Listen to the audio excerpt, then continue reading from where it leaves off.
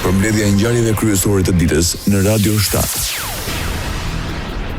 Kryeministri i Maqedonisë së Veriut është optimist për gjetjen e një zgjidhje për korridorin 8.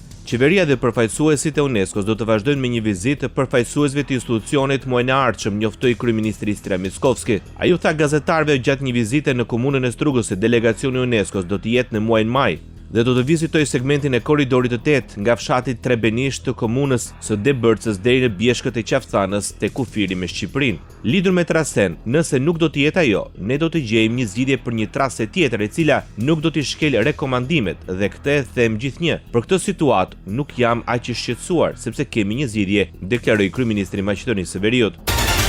Përplasje mes partive shqiptare në pushtet dhe në opozit në sallën e Kuvendit të Maqedonisë së Veriut. Shkak është bërë përdorimi i gjuhës shqipe dhe protesta e studentëve që kërkojnë që provimi i jurisprudencës të bëhet në gjuhën shqipe.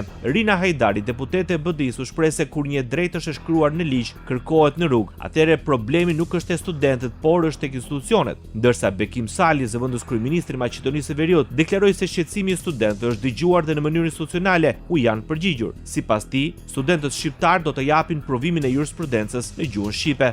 Radio 7, zëri pozitiv i qytetit. Hyri sot në funksion të plot sistemi europian i hyrjedaljes.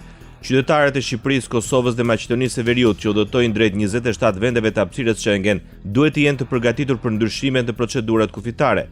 Ky sistem zëvendëson vulosjen manualet pasaportave me regjistrimin elektronik të hyrjedaljeve, duke përfshirë të dhënat e pasaportës, fotografitë e fytyrës dhe gjurmët e gishtrimve për çdo udhëtar që kalon nga vendet jo anëtare të Bashkimit Evropian. Refuzimi për të dhënat biometrike do të sjellë automatikisht refuzimin e hyrjes në territorin e këtyre vendeve.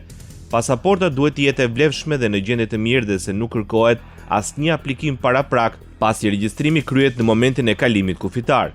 Në bazën fillestare të zbatimit mund të ketë vonesa në aeroporte, porte dhe pika kufitare toksore ndaj qytetarët këshillohen të paraqiten më herët për udhëtim. Data 30 maj 2026 është afati i fundit për tatim-paguesit në Shqipëri për detyrimin me pajisje për pagesa elektronike POS në çdo pikë shitje. Administrata tatimore informoi tatim-paguesit për detyrimin e pajisjes për gjithë ata që kryejnë shitje me para në dorë dhe ushtrojnë aktivitet në sektor të ndryshëm, përfshirë strukturat akomoduese si bujtinat, hotelet, resortet dhe strukturat e trashëgimisë kulturore. Krahas tyre përfshihen dhe shërbime në sektorin e transportit si dhe institucionet publike dhe shoqëritë publike me kapital shtetëror. Brenda muajit maj premtohet hapja e segmenteve të zgjeruara të autostradës Tiranë-Durrës. Ministri i Infrastrukturës dhe Energjisë Enea Karakaçi inspektoi ecurinë e punimeve në kantierin e zgjerimit të autostradës Tiranë-Durrës, ku punimet kanë hyrë në fazën përfundimtare.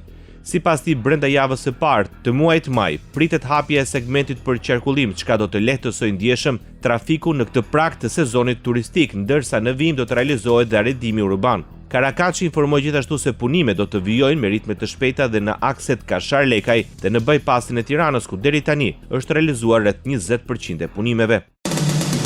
Ndoqët lajmet shkurt në Radio 7, zëri pozitiv i qytetit.